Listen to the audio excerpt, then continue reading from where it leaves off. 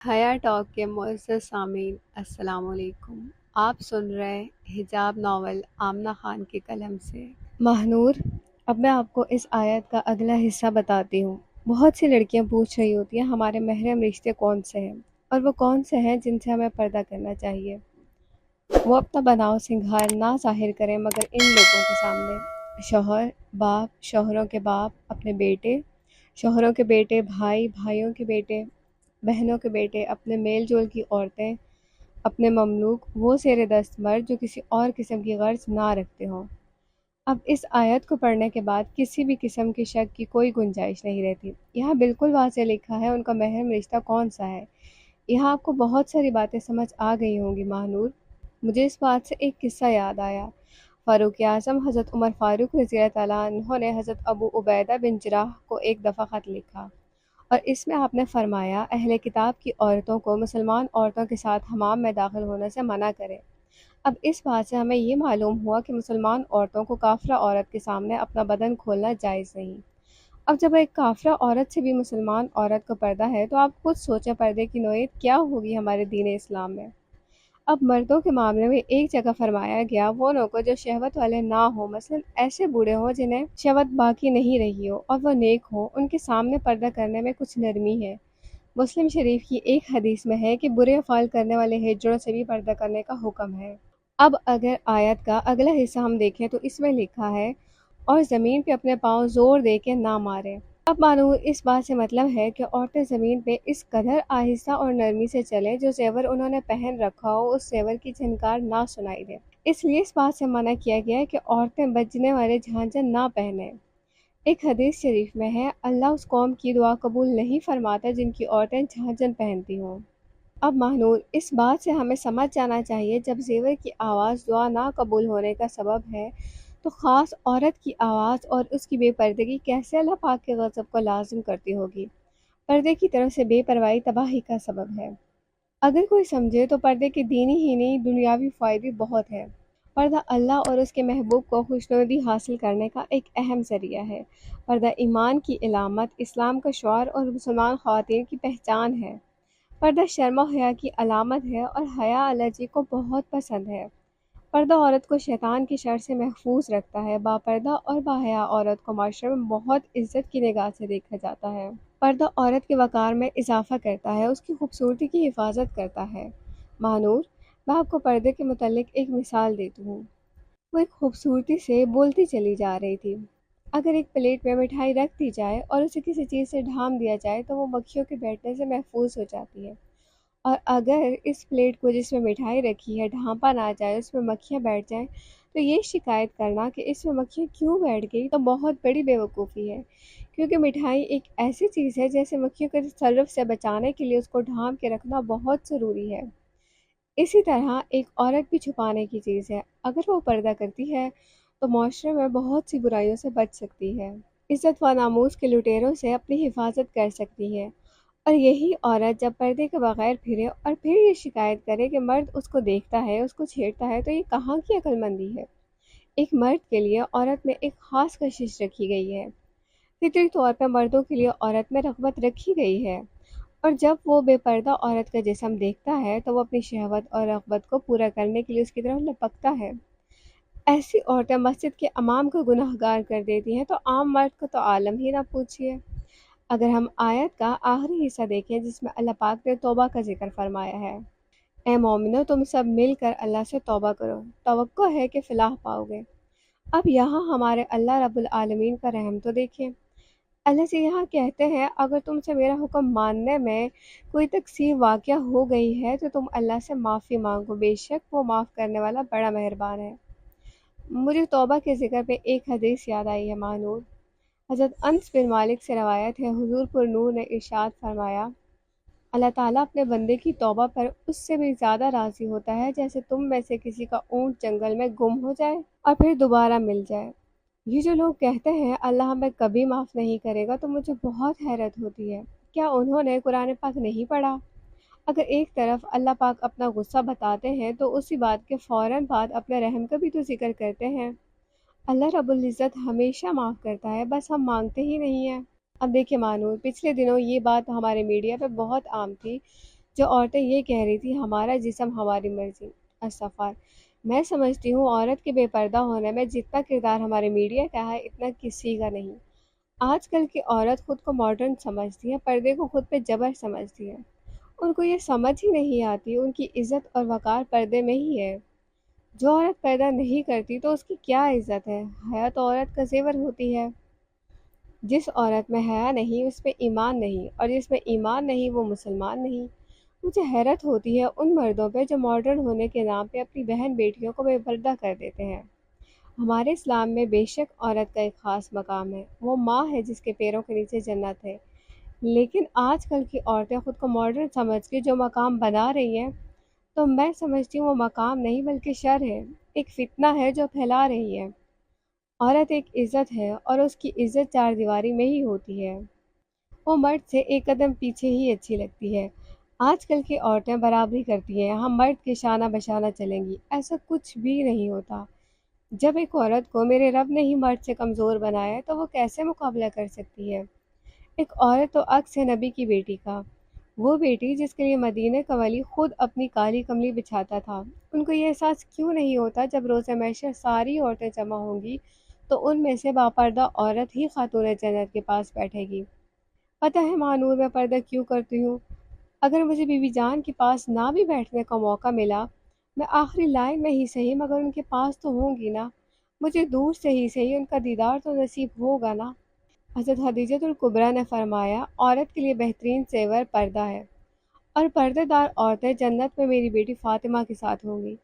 بس مانون، میں ایک ہی بات کہوں گی، جس طرح ایک مرد کے چہرے پہ داڑھی سجتی ہے اسی طرح ایک عورت پہ پردہ جچتا ہے۔ داڑھی اور پردے کے لیے اتنی دلیل کافی ہے کہ کائنات کے سب سے حسین چہرے پر داڑھی تھی اور کائنات کی پاکیزہ عورتوں نے بھی پردہ کیا۔ فضا، میں آپ کو ایک امانت دینا چاہتا ہوں، اگر آپ پہنچا دے تو۔ اس نے بیگ کی طرف دیکھتے ہوئے کہا، جی سر، ضرور۔ اس نے کچھ نہ سمجھنے والے انداز میں پوچھا، جیسے اس کو سمجھ نہ آئی ہو سر کس امانت کا کہہ رہے ہیں۔ آپ کی دوست کو کچھ دینا چاہتا ہوں، اگر آپ ان کو پہنچا دے تو۔ اس کو پتہ تھا وہ اس کے سامنے کبھی بات نہیں کر سکے گا، اس کے منہ پہ انکار اسے کبھی برداشت نہیں ہوگا۔ اس نے فضا کو بلایا اور اس کو دینے کا فیصلہ کیا۔ اس کو پتہ تھا فضا یہ بات تیسرے بندے سے کبھی نہیں کرے گی، وہ زرمینہ سے محبت نہیں اس کی عزت بھی دل و جان سے کرتی ہے۔ جی سر، میں دے دوں گی، اس نے بظاہر تو سنجیدہ سے انداز میں کہا، مگر دل میں اس کے لڈو پھوٹنے لگے۔ ہائے ہائے زرمینہ، تیرے مزے، اس نے اپنی خوشی چھپاتے ہوئے دل میں کہا۔ یہ لیں، آپ ان کو دے دیجیے گا، اس نے بیگ سے شاپر نکالتے ہوئے کہا جس میں چادر پڑی تھی۔ جی سر، میں دے دوں گی اس کو، اس نے اس کے ہاتھ سے وہ شاپر لیتے ہوئے کہا۔ بہت شکریہ آپ کا۔ اس نے مسکراتے ہوئے اس کو شکریہ ادا کیا اور بدلے میں اسے مسکراتے ہوئے کوئی بات نہیں سر کہا اور آفس سے باہر چلی گئی۔ بیٹا چلے ذرا کینٹین، فضا نے اس کو بازو سے پکڑتے ہوئے کہا۔ لیکن کیوں فضا؟ کیونکہ آپ ہمیں ٹریٹ دے رہی ہیں۔ ٹریٹ؟ کس خوشی میں؟ بھائی اب ہم آپ کو کیا بتائیں خان صاحب نے آپ کے لیے کیا پیغام بھیجا ہے؟ کیا مطلب؟ انہوں نے کیا کہا ہے؟ انہوں نے فضا، انہوں نے تمہیں بلایا تھا، کیا کہہ رہے تھے؟ حوصلہ رکھے، حوصلہ، فضا نے مسکراتے ہوئے اس کو کہا جو پریشانیوں کی وادی میں گرنے ہی والی تھی۔ بتاؤ نا فضا، کیا کہا ہے انہوں نے؟ پہلے آپ وعدہ کریں ٹریٹ دیں گی۔ ہاں میری ماں، دوں گی، اب بتاؤ۔ وہ دیکھیے انہوں نے آپ کے لیے کیا بھجوایا ہے، اسے شاپر کی طرف اشارہ کرتے ہوئے کہا۔ کیا مطلب؟ مطلب یہ کہ خان صاحب نے آپ کے لیے کچھ بھجوایا ہے۔ لیکن کیوں؟ اس نے حیران ہوتے ہوئے کہا۔ وہ تو آپ انہی سے پوچھ لیں۔ لیکن اس میں ہے کیا فضا؟ کھولو جلدی کرو زری، مجھے بہت تجسس ہو رہا، آخر اس میں کیا ہے؟ اس نے اس شاپر کو بہت غور سے دیکھا اور آرام سے کھولا۔ کھولتے ہی اس نے اپنی آنکھیں بند کر لی جیسے آج سے پہلے اس نے اتنی خوبصورت چیز کوئی نہیں دیکھی۔ وہ ایک پلاسٹک کے کور میں لپٹی سفید چادر تھی جس میں گوٹے کا کام بہت ہی حفاظت سے کیا گیا تھا۔ اس نے آج تک کسی مرد سے تحفہ نہیں لیا تھا، یہ اس کی زندگی کا پہلا تحفہ تھا جو اس کو کسی مرد نے دیا تھا اور اس نے قبول بھی کیا تھا۔ اس نے اس تحفے کو چادر نہیں سمجھا تھا بلکہ ایک وقار سمجھا تھا۔ اس کو چادر نہیں دی تھی، عزت دی تھی، اور عزتوں سے کوئی کیسے انکار کر سکتا ہے، کیسے منہ موڑ سکتا ہے؟ وہ اپنے بیڈ پہ بیٹھی کب سے اس چادر کو دیکھ رہی تھی جو وجدان نے اس کو تحفے میں دی تھی۔ کوئی کسی کو چادر بھی دے سکتا ہے، اور وہ بھی تحفہ؟ اس نے اس سفید چادر پہ ہاتھ پھیرتے ہوئے کہا، یہ چادر نہیں تھی، یہ تو عزت تھی جو سید وجدان حسین شاہ نے اس کے سر پہ رکھی تھی۔ آج سے پہلے اس نے کبھی ایسا تحفہ نہیں لیا تھا، نہ جانے یہ تحفہ کیسے لے لیا۔ اگر یہ تحفہ ہوتا تو وہ انکار بھی کر لیتی، مگر یہ تو عزت تھی جو وجدان نے اس کو دی تھی، وہ کیسے انکار کرتی، کیسے اس کو واپس کرتی۔ اس نے اس چادر پہ ہاتھ رکھا جس پہ وجدان نے رکھا تھا۔ اس چادر سے اس کو خوشبو آنے لگی۔ اس نے چادر اٹھائی، اپنے منہ کے ساتھ لگائی اور آنکھیں بند کی۔ نہیں نہیں، یہ خوشبو نہیں ہے، یہ تو مہک ہے جو انسان کی روح کو شاداب کر دیتی ہے۔ خوشبو تو پھر بھی وقت کے ساتھ اڑ جاتی ہے، مگر مہک تو جاتے نہیں جاتی۔ اس چادر سے تمہاری مہک آتی ہے مجھے وجدان شاہ۔ اس نے چادر کو اپنے ہونٹوں کے ساتھ لگاتے ہوئے اپنی آنکھیں بند کی اور لمبے لمبے سانس لینے لگی، جیسے وہ خوشبو، وہ مہک اپنے اندر اتار رہی ہو۔ آج سے پہلے اس نے کبھی ایسی مہک محسوس نہیں کی تھی۔ اس کو پرفیوم کا زیادہ شوق نہیں تھا، اس کو پرفیوم لگانے سے ہمیشہ ڈر لگتا تھا۔ اللہ نے جب عورت کو منع فرمایا ہے تو وہ کیوں خوشبو لگائے؟ ایک مرد میں عورت کے لیے ایک خاص کشش رکھی گئی ہے، اور جب وہ عورت خوشبو لگاتی ہے تو مرد نہ چاہتے ہوئے بھی اس کی طرف کھینچا چلا جاتا ہے۔ وہ کبھی نہیں چاہتی تھی کوئی غیر مرد اس کی طرف متوجہ ہو۔ وہ ہمیشہ یہ سوچتی تھی مکھیاں ہمیشہ گندگی پہ ہی آتی ہیں۔ وہ خود کو گندا نہیں کرنا چاہتی تھی کہ مکھیاں اس کی طرف آئیں۔ وہ تو پاکیزہ تھی اور خود کو پاک ہی رکھنا چاہتی تھی۔ آج جو مہک اس نے محسوس کی تھی، دنیا کی کسی پرفیوم کی مہک ایسی نہیں ہو سکتی جو کسی کو مدہوش کر دے۔ مگر آج شرمینہ خان مدہوش ہو رہی تھی وجدان شاہ کی مہک سے۔ جری، وہ چادر کو کھولے، اپنے منہ پہ ڈالے، بیڈ کے ساتھ ٹیک لگائے، آنکھیں بند کر کے لیٹی تھی۔ زری، مجھے میرا گلابی سوٹ والا دوپٹہ نہیں مل رہا، تم نے کہیں دیکھا ہے؟ اماں نے بغیر اس پہ نظر ڈالے اس کی الماری کھولی اور دوپٹہ ڈھونڈنے لگی۔ زری، تم سے کہہ رہی ہوں نا میں، رقیہ بیگم نے اس کو دیکھتے ہوئے کہا، جو اس مہک کے شہر سے ابھی تک باہر نہیں آئی تھی۔ اس کو تو پتہ بھی نہیں تھا وہ کدھر ہے، کہاں ہے، وہ کون ہے۔ وہ تو محبوب کے وجد میں جکڑی ہوئی تھی۔ محبوب کی مہک انسان کو دنیا سے کنارہ کشی اختیار کرنے پہ مجبور کر دیتی ہے۔ تب انسان محبوب کے علاوہ کچھ نہیں سوچتا، کچھ نہیں سمجھتا۔ زری، یہ کس کی چادر ہے؟ وہ اس کے پاس آئی، اس پہ پڑی چادر کو بہت غور سے دیکھنے لگی۔ یہ اس کی چادر تو نہیں تھی۔ چادر کو دیکھنے کے بعد انہوں نے پاس پڑی پیکنگ دیکھی جس میں سے چادر نکالی گئی تھی۔ ان کے دل کو ایک دم سے کھٹکا لگا۔ زری، انہوں نے وہ چادر اس کے منہ سے پیچھے کی، وہ سو رہی تھی۔ ایک عرصے بعد اس کو ایسا سکون ملا تھا، ایسی نیند آئی تھی۔ جی اماں۔ اس نے آرام سے آنکھیں کھولتے ہوئے ماں کو دیکھا۔ اس کو تو ذہن میں بھی نہیں تھا ماں نے اس کی چادر دیکھ لی ہے۔ یہ چادر کدھر سے آئی ہے؟ انہوں نے اس چادر کی طرف اشارہ کرتے ہوئے کہا جو اس کے اوپر پڑی تھی۔ ان کو ایک اعزاز حاصل تھا، ان کی اولاد کبھی بھی ان سے جھوٹ نہیں بولتی، اور جب وہ پوچھ رہی ہوں کچھ تو کبھی بھی غلط بیانی نہیں کرتی۔ وہ ماں تھی، ان کے دل نے بیٹی پہ پڑی اس چادر کی گواہی دے دی تھی، مگر وہ اپنے دل کی گواہی کی تصدیق چاہتی تھی، اپنی بیٹی کے منہ سے سننا چاہتی تھی۔ چادر؟ اس نے ماں کا چہرہ دیکھا اور پھر اس چادر کی طرف جو اس نے اب تک اپنے وجود سے الگ نہیں کی تھی۔ میں پوچھ رہی ہوں کدھر سے آئی ہے یہ چادر، کس نے دی ہے تمہیں؟ اماں سر، اس نے ٹوٹتے لہجے سے بس اتنا ہی کہا تھا کہ سامنے بیٹھی ماں ایک دم جلال میں آئی۔ میں نے تمہیں کہا تھا نا دور رہنا اس سے تم، اور تم نے اس کو یہ بھی بتا دیا میری ماں نے مجھ سے چادر لے لی ہے۔ ماں نے لے لی ہے تو تمہیں دینے والے نے دے بھی دی۔ تمہیں میری کہی ہوئی بات سمجھ نہیں آئی تھی جب گھر کی باتیں بھی اس کو بتانے لگی ہو؟ وہ بغیر اس کو سنے بس بولی چلی جا رہی تھی، جیسے ان کو بہت دکھ ہو بیٹی نے ایک غیر مرد کے سامنے اپنی ماں کو بے عزت کیا ہے۔ انہوں نے اپنی بیٹی سے چادر لی تو اس کے بدلے میں اس نے اس پہ چادر ڈال دی۔ اماں، میں نے ان کو کچھ نہیں بتایا، مجھے نہیں پتا انہوں نے کیوں دی مجھے یہ چادر۔ اس نے آنکھوں میں نمی لیے ماں کو کہا، اپنے بے گناہ ہونے کی گواہی دی۔ زری، تم نے بہت دکھ دیا ہے آج مجھے۔ نہیں اماں، میں آپ کو کبھی دکھی نہیں کرنا چاہتی، مجھے آپ کی قسم اماں، میں نے ان کو کچھ نہیں بتایا۔ اس نے ماں کے ہاتھوں پہ ہاتھ رکھتے ہوئے بھیگی پلکوں سے کہا، میں کچھ نہیں سننا چاہتی زری، کل یہ چادر اس کو واپس کر دینا۔ انہوں نے اس کا ہاتھ اپنے ہاتھ سے پیچھے کیا، اس کو حکم صادر کر کے وہاں سے اٹھنے لگی۔ اماں، میں مر گئی تو میرے کفن پہ یہ چادر ڈالنا، یہ چادر میری قبر میں میرے ساتھ اتارنا۔ اس نے خشک آنکھوں سے اس چادر کی طرف نظریں جمائے ہوئے کہا۔ وہ جو دروازے کے پاس پہنچی تھی وہیں رک گئی، اگلے قدم اٹھانا ان کے اختیار میں نہیں رہا تھا۔ بیٹی کی اس بات نے ان کا سینہ زخمی کیا تھا، ان کے خون نے حرکت کرنا چھوڑ دی تھی۔ ان کی اکلوتی بیٹی ماں کو وصیت کر رہی تھی، ان کو اس چادر کی اہمیت بتا رہی تھی، اپنی موت کا منظر کھینچ رہی تھی۔ وجی، آج امی ابو زرمینہ کے گھر جائیں گے تمہارے رشتے کی بات کرنے۔ وہ لیپ ٹاپ کھولے سامنے مسلسل انگلیاں چلا رہا تھا۔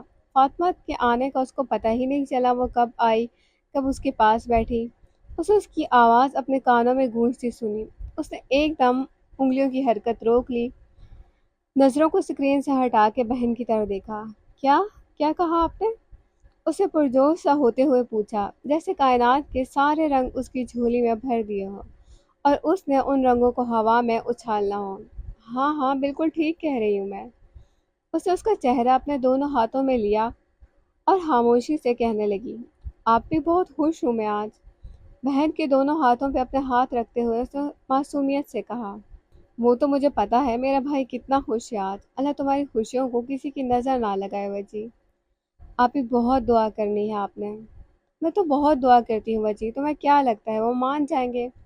پٹھان اپنی روایتوں کے بہت پکے ہوتے ہیں اور جب وہ سواتی ہوں پھر تو بات ہی ان کی انا کی ہوتی ہے۔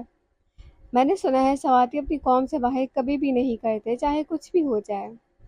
آپ دعا کرنا سب ٹھیک ہو جائے۔ اگر اللہ پاک نے چاہا تو کوئی کچھ نہیں کر سکے گا، یہ سارے معاملے تو اللہ کے ہوتے ہیں نا۔ جب وہ کن کہہ دے تو فیکن لازم ہوتا ہے، اور میں نے تو اپنی محبت کو فقط اللہ سے مانگا ہے اور وہی مجھے عطا بھی کرے گا۔ مجھے یقین ہے آپ ہی اللہ میری دعاؤں پہ کن ضرور فرمائیں گے، وہ مجھے مایوس نہیں کریں گے۔ وہ مجھے اس لڑکی کا ساتھ ضرور دیں گے جس کو میں نے دن رات اپنی دعاؤں میں مانگا ہے۔ وہ بول رہا تھا اور بہن اس کو سن رہی تھی، جس کے لفظوں میں اور لہجے میں کچھ عجیب سے یقین تھا۔ وجی، کیا اس لڑکی کو پتہ ہے کون ہو تم، کیا مسلک ہے تمہارا؟ اس نے اس کا چہرہ بہت غور سے دیکھا، جیسے وہ اس کو بتانا چاہتی ہوں یا یاد کروانا چاہتی ہوں جو جانے کب سے بھول چکا، یا اس لڑکی کے آنے سے خود کو بھلا دیا تھا۔ بہن کے اس سوال پہ اس کے پیروں کے نیچے سے زمین نکل گئی، سر سے آسمان ہٹ گیا، وہ جو اس کو تھوڑی سی بھی امید تھی وہ بھی کہیں دھواں بن کے اڑ گئی۔ سلطان، تمہارے ابو نے پلوشہ سے تمہاری شادی کا فیصلہ کیا ہے۔ اور سب بہن بھائی ماں کے پاس ان کے کمرے میں بیٹھے تھے، جب بھی ابراہیم صاحب گھر پہ نہ ہو وہ ان کے کمرے میں بیٹھا کرتے تھے۔ اماں، پہلے بھائی اور زرمینہ کی کریں، یا آپ نے 10ویں جگہ مجھے کدھر سے پکڑ لیا ہے؟ سلطان نے زرمینہ اور شہاب کی طرف دیکھتے ہوئے منہ بنا کے کہا، ان دونوں کی بھی سوچ رہے ہیں، پلوشہ شہاب سے بہت چھوٹی ہے تو تمہارے بابا جان نے تمہارا کہا ہے۔ اما یہ زیادتی ہے، ویسے بڑا بھائی بیٹھا ہے اور چھوٹے کے لیے آپ لوگ رشتہ ڈھونڈ رہے ہیں۔ سلطان نے بھائی کی طرف دیکھتے ہوئے کہا، جو مسکراتا ہوا سن رہا تھا، نہیں نہیں بیٹا، کوئی بھی زیادتی نہیں ہے، چپ کر کے ہاں کر۔ شہاب نے اس کی طرف دیکھتے ہوئے کہا، اچھا تو اب میں سمجھا، بابا جان نے لالا گل کا کہا ہوگا اور انہوں نے اپنی بلا میرے متھے ڈال دی۔ واہ جی، بہت اچھے۔ بلا؟ پلوشہ بلا ہے؟ وہ جو کب سے خاموش بیٹھی سب کو سن رہی تھی ایک دم سے بول پڑی، بلا نہیں ہے تو کیا ہے؟ سلطان نے منہ بناتے ہوئے کہا، بلا نہیں ہے، آپ کی ہونے والی بیگم ہے۔ کوئی بیگم نہیں ہے اماں، بابا جان کو بول لیں میں بالکل اس پٹاہے سے شادی نہیں کروں گا۔ سلطان، تمیز سے بات کرو، اپنی ہونے والی بیگم کے بارے میں اب ایسا بولو گے؟ شہاب نے اس کو مصنوعی سے ڈانٹتے ہوئے کہا، کوئی بیگم نہیں ہے میری وہ، بابا جان نے زرمینے کے رشتے کا انکار کیا اور میری شادی ادھر کر رہے، تبھی تو وہ تمہاری شادی ادھر کر رہے ہیں۔ سلطان، جو تعلقات زرمینے کی وجہ سے خراب ہوئے ہیں وہ تمہاری شادی سے ٹھیک ہو جائیں۔ اماں نے اس کو سمجھانے والے انداز میں کہا، جو چہرے پہ سرخی لیے بول رہا تھا، کوئی ضرورت نہیں اماں مجھے قربانی کا بکرا بنانے کی، میں ہرگز اس لڑکی سے شادی نہیں کروں گا جس کی قد سے بڑی زبان ہے۔ تو کس سے کرو گے تم شادی، وہ بھی بتا دو۔ کسی سے بھی کر لوں گا مگر اس سے نہیں کروں گا، آپ بابا جان کو بتا دیں۔ مجھے تو بے عزت ہونے کا کوئی شوق نہیں ہے ان سے، تم خود ہی ان کو بتانا، جس لڑکی سے تم نے کرنی ہے وہ بھی بتانا۔ اماں اب ایسے تو نہ کریں نا میرے ساتھ آپ، میں بابا جان کو کیسے بتا سکتا ہوں؟ جیسا میں بتاؤں گی نا بیٹا ویسے ہی آپ بھی بتانا، انہوں نے اس کو طنزیہ سے انداز میں کہا۔ اماں تعلق ہی بہتر کرنا ہے نا تو آپ زرمینہ اور رجب بھائی کی شادی کروا دینا۔ ایسے بھی اس کو کوئی اعتراض نہیں تھا ان سے شادی پہ۔ اسے زرمینہ کی طرف دیکھتے ہوئے کہا جو بغیر پلک جھپکتے اس کو دیکھ رہی تھی، اس کی بھی بہت جلد میں کرواتی ہوں شادی، بہت پڑھ لیا میری بیٹی نے یونیورسٹی میں اب۔ بظاہر تو انہوں نے اس کو دیکھ کے بڑے پیار سے کہا، مگر ان کے لہجے اور نظروں کا طنز وہ خوب سمجھ سکتی تھی۔ یا اللہ میں بہت گناہ گار ہوں، میرے گناہ سمندر کے پانی سے بھی زیادہ ہوں گے، مگر تو بہت رحیم ہے میرے مالک، میرے گناہوں کو نہ دیکھنا، تو سننے والا ہے، مجھے یقین ہے تو ضرور سنے گا۔ میرے گناہوں کو میری دعا کے سامنے رکاوٹ نہیں بنانا میرے مالک۔ بہن کے جاتے ہی اس نے وضو کیا اور جائے نماز میں بیٹھ گیا۔ اسے تو اس پہلو کے بارے میں سوچا ہی نہیں تھا، وہ کیسے بھول سکتا ہے وہ کون ہے، وہ کیا ہے؟ اللہ تعالیٰ مجھے کیوں ملوایا ہے آپ نے اس سے؟ وہ سجدے میں تھا، ایک اذیت میں تھا۔ آج پہلی بار تھی جب اس کو اپنی محبت پہ افسوس ہوا تھا، رنج ہوا تھا۔ اس نے تو صرف اپنی محبت دیکھی تھی، اس کو تو فقط محبت ہوئی تھی۔ اس نے کہاں سوچا تھا محبت ہونا ہی اہم نہیں ہوتا، اپنے جیسوں سے محبت ہونا اہم ہوتا ہے۔ وہ تو اس جیسی تھی ہی نہیں، وہ تو اس کے خلاف تھی، اتنے خلاف جب اس پہ اس کی حقیقت عیاں ہو جائے گی تو وہ اس کی طرف دیکھے گی بھی نہیں۔ یا اللہ مجھ پہ رحم کر، مجھ پہ اپنا کرم کر میرے مالک۔ وہ سجدے میں سر رکھے نہ جانا کب سے دعائیں مانگ رہا تھا۔ اس کے ماں باپ اس کی منزل تک رسائی حاصل کرنے نکلے تھے اور وہ ان کے کامیاب لوٹنے کی دعا مانگ رہا تھا۔ امید کی ساری کرنیں بجھ چکی تھی۔ اس کو بھروسہ تھا تو اس ذات پہ جس نے اس کے دل میں محبت ڈالی تھی، جس نے اس کے دل میں محبت ڈالی ہے وہی اس کو کامیاب بھی کرے گا۔ یا اللہ مجھے پتہ ہے جو میں چاہتا ہوں وہ ممکن نہیں ہے، میں انتظار کر رہا ہوں تیرے معجزے کا، بے شک تو ہر چیز پہ قادر ہے۔ یا اللہ مجھے میری منزل کی پہلی سیڑھی سے ہی ناکام واپس نہیں لوٹانا۔ اگر وہ نہ مانے تو؟ اسے سر ایک دم اوپر کیا، اب وہ دونوں پہلو سوچ رہا تھا۔ پہلے تو قوم کا بڑا مسئلہ تھا، دوسرا مسئلہ تو اس نے سوچا ہی نہیں تھا، اس کے تو ذہن میں بھی نہیں آیا تھا۔ کیا میں محبت کی خاطر سب کچھ چھوڑ سکتا ہوں؟ نہیں، ایسا ممکن نہیں ہے۔ تو کیا میں اپنی محبت کو چھوڑ سکتا ہوں؟ یہ میرے اختیار میں نہیں۔ وہ جائے نماز پہ ہی بیٹھے ان کے سوالوں کے جواب ڈھونڈ رہا تھا جو اس کو اگلے کچھ دنوں میں دینے تھے۔ اس کو ایک بڑا فیصلہ کرنا تھا، کسی ایک کو چننا تھا۔ ایک طرف اس کی محبت تھی اور دوسری طرف اس کا عقیدہ۔ آج ابراہیم صاحب گھر پہ موجود تھے، وہ سب گیسٹ روم میں بیٹھے تھے، دادی اماں بھی وہیں آئی تھی۔ ویسے تو ان کی عورتیں کبھی ایسے گیسٹ روم میں نہیں بیٹھتی، مگر آج چونکہ وجدان کی امی بھی تھی ساتھ تو سب ایک ساتھ بیٹھے تھے۔ آپ کدھر کے ہیں؟ دعا سلام کے بعد ابراہیم صاحب نے ان سے پوچھا۔ وہ بہت مہمان نواز تھے، گھر آئے مہمان کو فرشتے سے کم نہیں سمجھتے تھے۔ ان کے گھر جو بھی پہلی دفعہ آتا ان کو بالکل بھی محسوس نہیں ہوتا وہ پہلی دفعہ یہاں آیا۔ وہ دونوں بھی بہت خوش تھے، ان کے رکھ رکھاؤ سے ان کے دل میں امید کی ایک کرن روشن ہوئی تھی، جیسے وہ کبھی بھی انکار نہیں کریں گے۔ ہم لاہور کے ہیں، پچھلے کچھ سالوں سے مانسہرہ میں رہائش پذیر ہیں۔ عبد الرحمن صاحب نے بہت ہی نرم انداز میں کہا کہ سامنے بیٹھا پٹھان متاثر ہوئے بغیر نہ رہ سکا۔ انہوں نے اب بھی نہیں پوچھا تھا وہ کس مقصد سے اور کیوں ان کے گھر آئے ہیں۔ دراصل ہم آپ کے گھر ایک عرض لے کے آئے ہیں۔ اب کی بار عبد الرحمن صاحب باقاعدہ موضوع پہ آئے تھے۔ جی جی فرمائیے، کیا خدمت کر سکتے ہیں ہم آپ کی؟ ابراہیم صاحب نے ٹانگ پہ ٹانگ رکھتے ہوئے ادب سے پوچھا۔ میرا بیٹا یونیورسٹی میں لیکچرار ہے، سید وجدان حسین شاہ۔ وجدان کے نام پہ رقیہ بیگم کی ٹانگیں کانپنے لگی۔ ان کو لگا جیسے آج ان کا اس گھر میں آخری دن ہے۔ ان کے دل میں عجیب سی بے چینی ہونے لگی۔ زرمینہ ایسا کیسے کر سکتی ہے؟ اپنے ہی پیروں پہ کلہاڑی کیسے مار سکتی؟ اب کون اس کو یونیورسٹی جانے دے گا؟ ان کے دل میں ہزار طرح کے وسوسے آنے لگے۔ وجدان کا نام سنتے ہی وہ کھڑی ہو گئی۔ یہ کون ہے؟ اور وجدان؟ کون سا وجدان؟ کچن کی طرف جاتے ہوئے اس نے مہمانوں کو دیکھا تو حال کے پردوں میں سے جھانکنے لگی۔ وہ وہاں سے ہٹنے ہی لگی تھی کہ اس کے کانوں میں سید وجدان حسین شاہ گونجا۔ اس کا آگے جاتا قدم وہیں پہ رکا، وہ پیچھے مڑی اور وہیں رکے۔ ہم وجدان کا رشتہ آپ کی بیٹی کے لیے لے کے آئے ہیں۔ اب کی بار عبد الرحمن صاحب نے وہ بات کی جس کو سن کے اندر بیٹھی ماں اور باہر کھڑی بیٹی کے پیروں میں سے زمین نکل گئی۔ کون سی یونیورسٹی میں پڑھاتا ہے آپ کا بیٹا؟ ابراہیم صاحب کے چہرے کی مسکراہٹ غائب، دل میں ایک عجیب سی بے چینی ہوئی۔ صوفے سے آگے ہو کے بیٹھے اور سنجیدہ سے چہرے کے ساتھ پوچھنے لگے۔ جی ہزارہ یونیورسٹی میں۔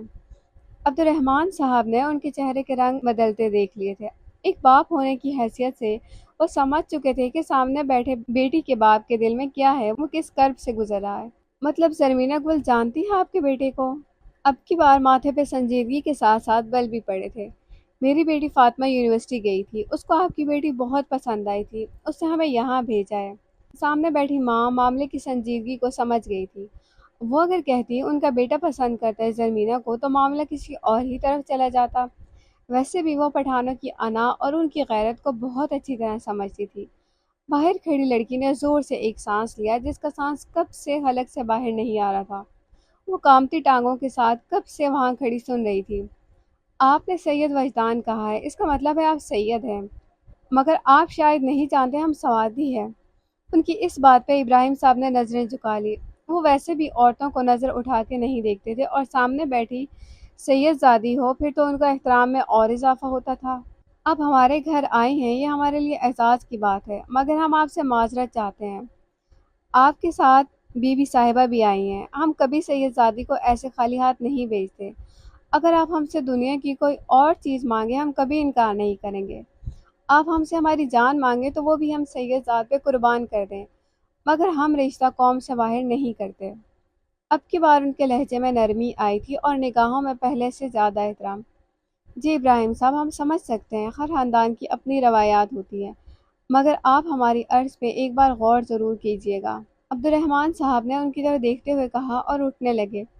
میں بہت شرمندہ ہوں آپ سے، مگر میرا فیصلہ نہیں بدلے گا۔ ہم سیدوں کی بہت عزت کرتے ہیں، ان کا احترام ہم پہ واجب ہے، مگر میں آپ سے پھر کہوں گا ہم اپنی قوم سے باہر رشتہ نہیں کرتے۔ اب کی بار ان کا لہجہ اس قدر حتمی تھا کہ سامنے کھڑا شخص کچھ بول نہ سکا۔ اچھا ابراہیم صاحب، ہمیں اجازت دیں۔ جوڑے آسمانوں پہ بنتے ہیں، مگر آپ کی مہمان نوازی نے ہمیں بہت متاثر کیا ہے۔ عبد الرحمن صاحب نے ان کو گلے لگاتے ہوئے کہا، یہ آپ کا اپنا گھر ہے، جب بھی آپ آئیں ہمارے دروازے آپ کے لیے ہمیشہ کھلے ہیں۔ رقیہ بیگم نے سامنے کھڑی ماں کو گلے لگاتے ہوئے کہا، آج کوئی دکھی تھا تو وہ دونوں مائیں، دونوں کو اپنی اولاد کی تکلیف سے دوچار ہونا تھا۔ دونوں ہی یہ چاہتی تھی کہ ان کے بچے مل جائیں، ان کی محبت کی منزل نکاح ہو، جدائی نہ ہو۔ بھائی صاحب، آپ ایک دفعہ پھر سوچئے گا۔ انہوں نے ابراہیم صاحب کی طرف دیکھتے ہوئے کہا، جی بی بی صاحبہ۔ ان کے سامنے ایک سید زادی درخواست کر رہی تھی، وہ چاہتے ہوئے بھی کچھ بول نہیں سکتے تھے۔ سب کو ملنے کے بعد وہ دروازے سے باہر نکل رہے تھے کہ ان کی نظر سامنے کھڑی اس لڑکی پہ پڑی جو سر پہ دوپٹہ لیے ڈری سہمی سی کھڑی تھی۔ آپ زرمینہ ہو؟ وہ اس کو دیکھتے ہی پہچان گئی تھی۔ وہ اس کے قریب گئی، اس کو غور سے دیکھا۔ وہ نظریں جھکائے ان کے سامنے کھڑی تھی۔ ان کو اپنے بیٹے کی پسند پہ فخر ہوا۔ انہوں نے اس کو اپنے پاس کیا، اس کا ماتھا چوما۔ بہت پیاری ہے میرے وجدان کی زرمینہ۔ انہوں نے اس کا ماتھا چومتے ہوئے بہت آرام سے کہا۔ زرمینہ کے علاوہ وہاں موجود کوئی شخص نہ سن سکا۔ چلتے ہیں ہم، خدا حافظ۔ ان کا رواج تھا مہمان کو دروازے تک چھوڑنے سب جاتے تھے۔ عبد الرحمن صاحب ایک بار پھر پیچھے مڑے، اس لڑکی کو دیکھنے لگے جس کو ان کے بیٹے نے پسند کیا تھا۔ سامنے کھڑی لڑکی کو دیکھتے ہی ان کے چہرے پہ مسکراہٹ آئی۔ ان کے دل نے اس کو اپنے بیٹے کے حق میں قبول کیا اور رخصت ہونے لگے۔ اماں، یہ کون لوگ تھے؟ آپ جانتی ہیں ان کو؟ مزید اچھی ویڈیوز کے لیے ہمارے چینل کو لائک، سبسکرائب اور شیئر ضرور کیجیے، اور ساتھ میں موجود گھنٹی کے نشان کو دبانا مت بھولیے گا تاکہ نئی آنے والی ویڈیو کا نوٹیفیکیشن آپ تک پہنچ سکے۔